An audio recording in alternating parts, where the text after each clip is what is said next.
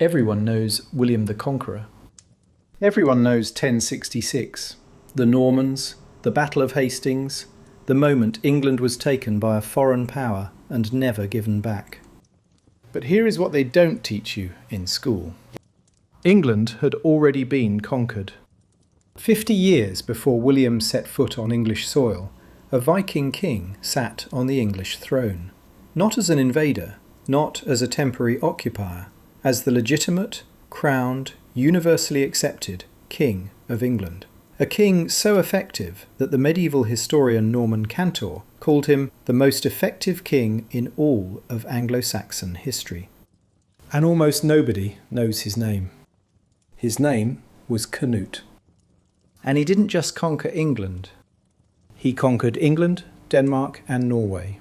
He held influence over parts of Sweden. He corresponded with the Pope as an equal. He attended the coronation of the Holy Roman Emperor.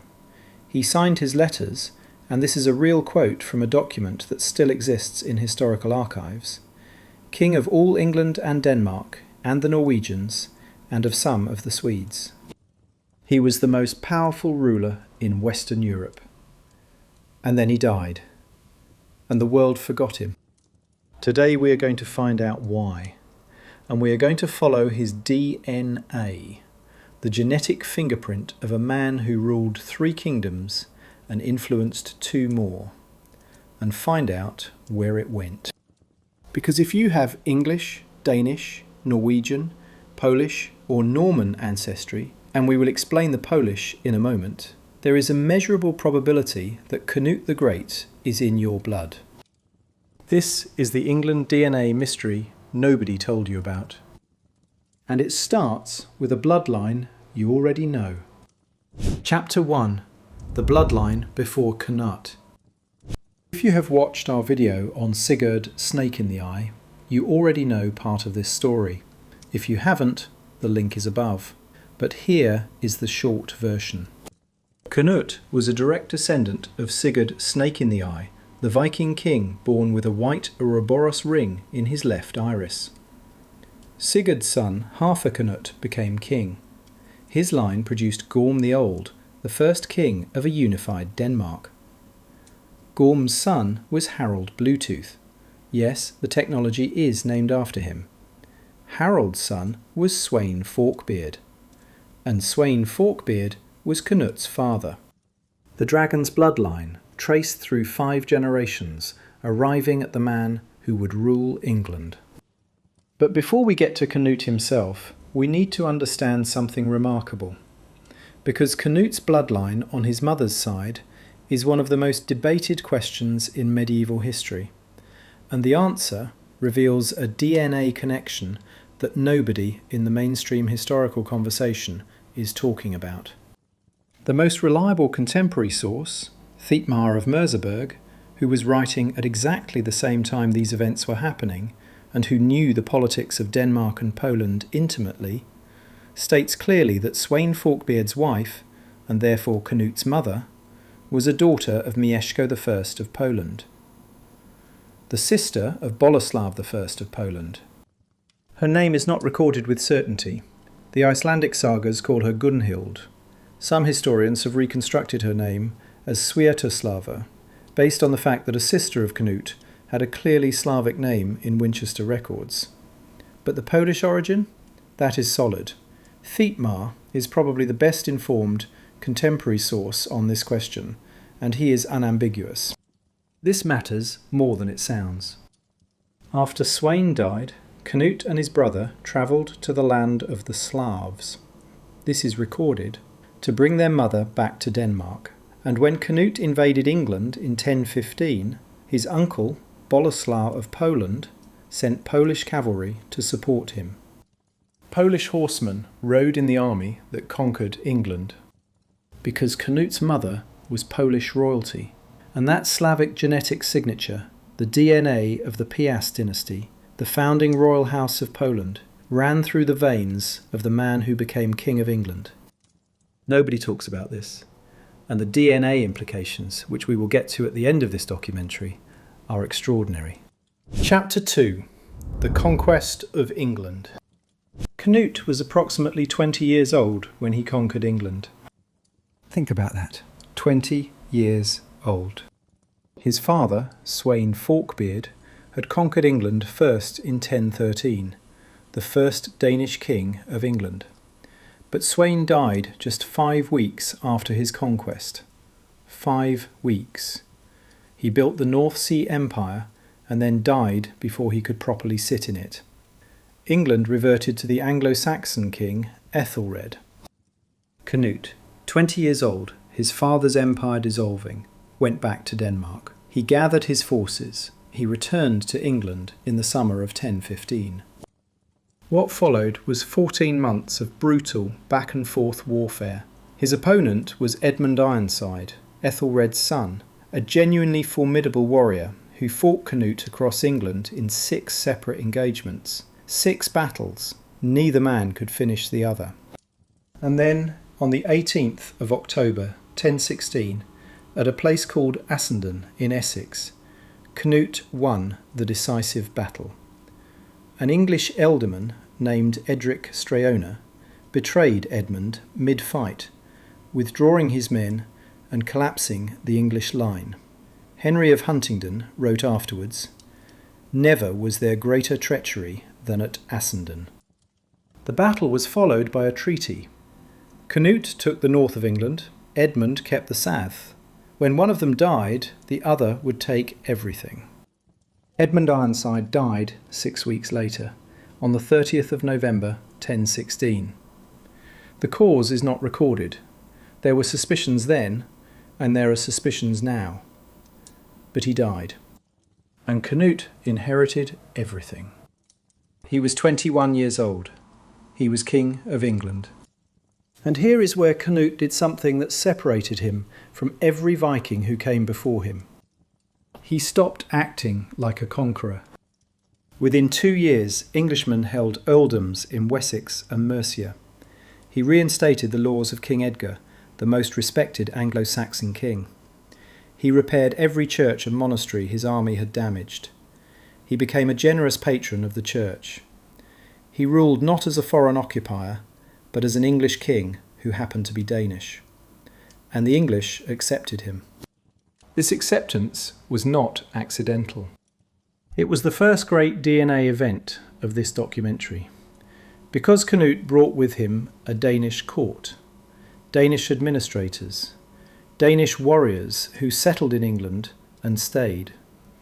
An entire generation of Anglo-Danish children was born during his 19-year reign. And their genetic signature, Danish-Scandinavian DNA, mixing with Anglo-Saxon English DNA across the Danelaw counties, is still detectable in living English people today. Chapter 3. The North Sea Empire. 2 years after conquering England, Cnut's brother, Harold II of Denmark, died without an heir, and Cnut became King of Denmark.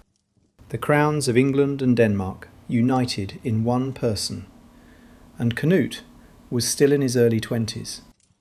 But he wasn't finished. The King of Norway, Olaf Haraldsson, and the King of Sweden, Anund Jacob, formed a coalition against him, rightly seeing the combined Anglo-Danish kingdom as an existential threat. They attacked Denmark in 1025 or 1026, while Cnut was in England. Cnut sailed back and fought them at the Battle of Helgeår. 2 years later, in 1028, Cnut set out with 50 ships to take Norway directly. He sailed along the Norwegian coast. Local chieftains, bribed and persuaded and intimidated, submitted to him one by one. King Olaf withdrew into the Oslo fjord, and at Nidaros, the city we now call Trondheim, Cnut was acclaimed King of Norway. And then Sweden. He never formally ruled all of Sweden, and we will not claim that he did because precision matters, but he claimed to rule part of it. He had coins minted in the Swedish city of Sigtuna, bearing the inscription Cnut Rex SW, Cnut, King of the Swedes. Part of Sweden acknowledged him. And in 1031, Malcolm II of Scotland submitted to him as well. England, Denmark, Norway, parts of Sweden, Scotland submitting, a wife from Normandy, coins minted across half of northern Europe. In 1027, Cnut walked into Rome for the coronation of the Holy Roman Emperor Conrad II, not as a pilgrim, as a peer. He negotiated reduced tolls for English merchants travelling through Europe. He secured concessions from the Pope. He wrote home to his English subjects, describing what he had achieved on their behalf. And he signed that letter, King of all England and Denmark and the Norwegians, and of some of the Swedes. From approximately 1028 to 1035, Cnut was the most powerful ruler in Western Europe after the Holy Roman Emperor. He was also the first Viking leader ever acknowledged by the Pope as a Christian king. And he was at the height of all of this at approximately 33 years old. Chapter 4. The Man Himself. Let us talk about who Cnut actually was as a person, because the mythology around him is almost entirely backwards. Most people who have heard of Cnut know one story, the story of the tide, a king who sat on the beach and commanded the waves to stop. The waves ignored him. This is held up as an example of royal vanity and stupidity. It is the complete opposite of what actually happened. The story was recorded by Henry of Huntingdon over a century after Cnut's death. In the original account, and this is important, Cnut commanded the tide to stop, specifically to demonstrate to his flattering courtiers that he could not. But no king had power over the forces of God and nature. He got his feet wet on purpose, to make a point about humility. This story has been retold for 1,000 years as proof of a king's arrogance. The original story proves the exact opposite, that Cnut was a man secure enough in his power to publicly demonstrate its limits. The Knightlinga saga, a Norse chronicle specifically about his dynasty, describes Cnut as exceptionally tall and strong and the handsomest of men. And here is the statistic that should make everyone stop. Cnut was the first English ruler in history to reign for his entire time on the throne without facing a single internal rebellion. In medieval England, for 19 years, not one rebellion. He achieved this through ferocity at the beginning. He had several powerful Anglo-Saxon nobles who might have challenged him, executed, and extraordinary political intelligence thereafter. He replaced his Scandinavian inner circle gradually with Englishmen. His chief adviser became Godwin, an Englishman made Earl of Wessex, the same Godwin whose son Harold Godwinson would eventually fight at Hastings. By the end of his reign, Cnut had become so English that he was more English than many of his subjects. He also had two partners. His first was Elfgifu of Northampton, an English noblewoman, not a formal wife by the church's standards, though they had two sons together, Sweyn and Harold Harefoot. His second and official wife was Emma of Normandy, and this marriage was a political masterstroke. Emma of Normandy was the widow of Ethelred the Unready, the King Cnut had displaced. She was also the sister of the Duke of Normandy.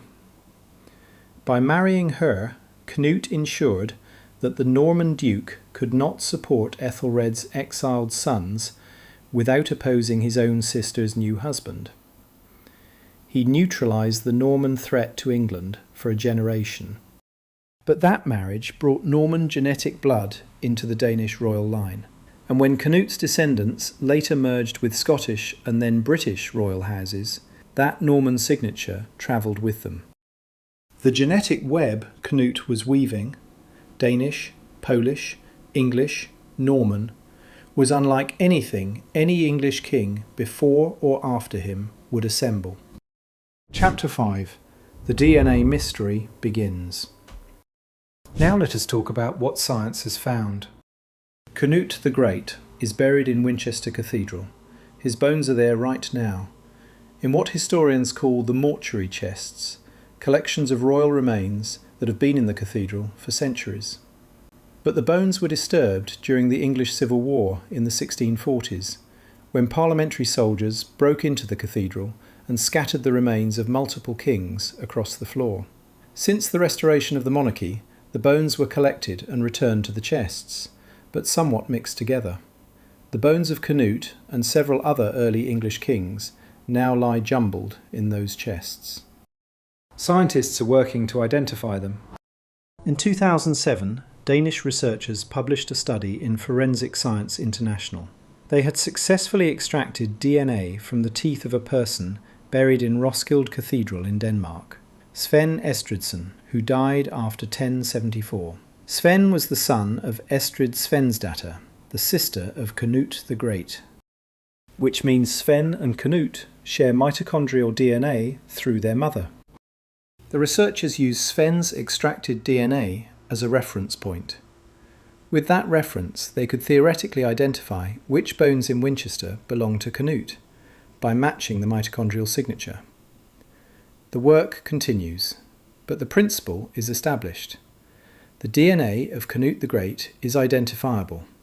It has a known reference point, and it has been passed forward through Sven Estridsen's descendants, which means through the entire Danish royal line from 1047 onwards to the present day.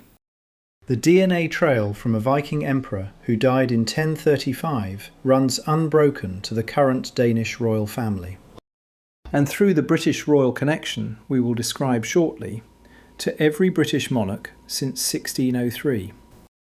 But royal lines are one thing. What about the millions of ordinary people who might carry this genetic signature without knowing it? Chapter 6. What Cnut's DNA did to England. This is where the documentary gets personal.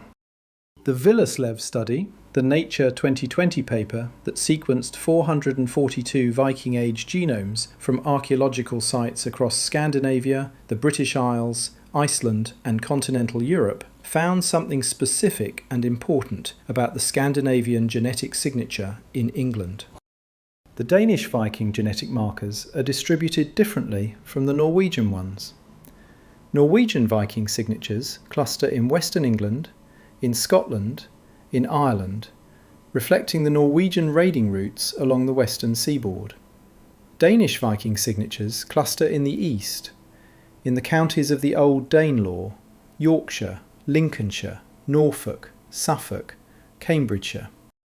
And the Danelaw signature is not only from the earlier Viking raids of the 9th century, it includes the genetic contribution of Sweyn Forkbeard's conquest and, crucially, of Cnut's 19-year administration. A generation of Anglo-Danish children born during Cnut's reign. Their descendants are living in England today. If your family comes from the eastern counties of England, from Lincolnshire, from Yorkshire, from Norfolk, and you have done a DNA test that shows elevated Scandinavian ancestry, some of that signal traces to the Danish settlement of the late 10th and early 11th centuries, to the people who came with Sweyn and Cnut and never left. But now add the Polish layer. Cnut's mother was almost certainly Polish, a daughter of Mieszko I. The contemporary sources are clear on this, even if her name is disputed, which means Cnut himself carried Central European Slavic genetic markers from the Piast dynasty alongside his Scandinavian paternal line. This is a combination that has never been widely discussed in the context of English DNA ancestry, but the evidence for it is solid, and when Polish cavalry rode in Cnut's army and settled with his retinue in England, they brought more of that Slavic signal with them. Danish plus Polish plus Norman. That is the genetic complexity of Cnut's England. Written into the population of the Danelaw counties and traceable, with the right analysis, in modern DNA tests. Chapter 7. The Tide Turns. Cnut died at Shaftesbury in Dorset on the 12th of November 1035. He was approximately 40 years old. The cause of his death is not recorded. He simply died. The most powerful ruler in Western Europe at the height of his powers, and he was gone. and almost immediately everything he had built began to collapse. His sons divided the empire. Harold Harefoot, his son with Elfgifu of Northampton, took England. Arthur Cnut, his son with Emma of Normandy, took Denmark. Norway had already slipped away. Magnus the Good, son of Olaf Haraldsson, reclaimed it within weeks of Cnut's death. Harold Harefoot ruled England for 5 years and died in 1040 at approximately 25 years old. Arthur Cnut inherited England and Denmark together. He was the last Dane to rule England, but his reign was deeply unpopular. He imposed crushing taxes to pay his Danish fleet, 62 ships, £21,000 of silver extracted from the English population. There were riots, there was resentment. And then, on the 8th of June, 1042, Arthur Cnut attended a wedding in Lambeth, London. The groom was Tovey the Proud, his former standard-bearer. As Arthur Cnut stood drinking a toast to the bride, the Anglo-Saxon Chronicle records exactly what happened. He died while standing with his drink. Suddenly he fell to the earth with an awful convulsion, and those who were close by took hold of him, and he spoke no word afterwards. He was approximately 24 years old. Most historians believe it was a stroke caused by acute alcohol intoxication. Some suspect poisoning. There were plenty of people who benefited from his death. Either way, he was gone, and he left no heirs. The direct male line of Cnut's North Sea Empire died on the floor of a wedding feast in Lambeth. England reverted to the Anglo-Saxon line. Edward the Confessor, the son of Ethelred the Unready and Emma of Normandy, came back from exile in Normandy, and when Edward died childless in 1066, the chain of events began that ended at Hastings. The Norman conquest that everyone remembers happened because Cnut's dynasty failed to produce surviving heirs. If Cnut had lived another decade, if Arthur Cnut had not stood up with his drink that night in Lambeth, England might have remained Scandinavian permanently. The entire trajectory of Western civilization pivots on those two deaths. But the genetics did not die with the dynasty, because Cnut's sister Estrid survived, and through her the bloodline never left the thrones of Northern Europe. Chapter 8. Where the bloodline went. Estrid Svensdatter, Cnut's sister, married Ulf Jarl, the Danish earl who had served as regent of Denmark under Cnut. They had a son named Svein. Svein Estridsen became king of Denmark in 1047.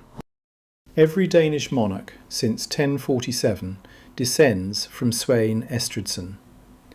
Every single one. Which means every Danish monarch descends from Estrid. Which means every Danish monarch carries the genetic signature of Cnut the Great. And it continues.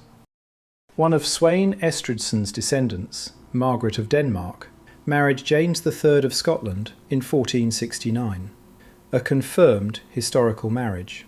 Through this union, Cnut's bloodline entered the Scottish royal house.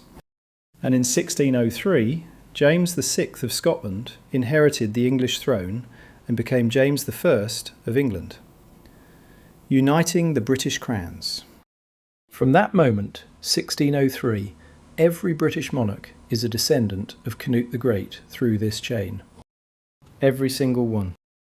Queen Victoria, King George V, Queen Elizabeth II, King Charles III, all descendants of the Viking who conquered England in 1016, who called himself King of all England and Denmark and the Norwegians and of some of the Swedes, who died at 40 and was forgotten, but whose blood never left the English throne. William the Conqueror thought he had erased the Danish dynasty in 1066. He was wrong. This is the section we have been building toward. If you have done an Ancestry DNA test, if you are looking at your results right now, here is what Cnut's genetic legacy looks like in living people in 2025. The primary signal is Scandinavian ancestry, appearing in people with English roots. typically showing up as 10 to 25% in families from the eastern counties: Yorkshire, Lincolnshire, Norfolk, Suffolk, Cambridgeshire, Northamptonshire.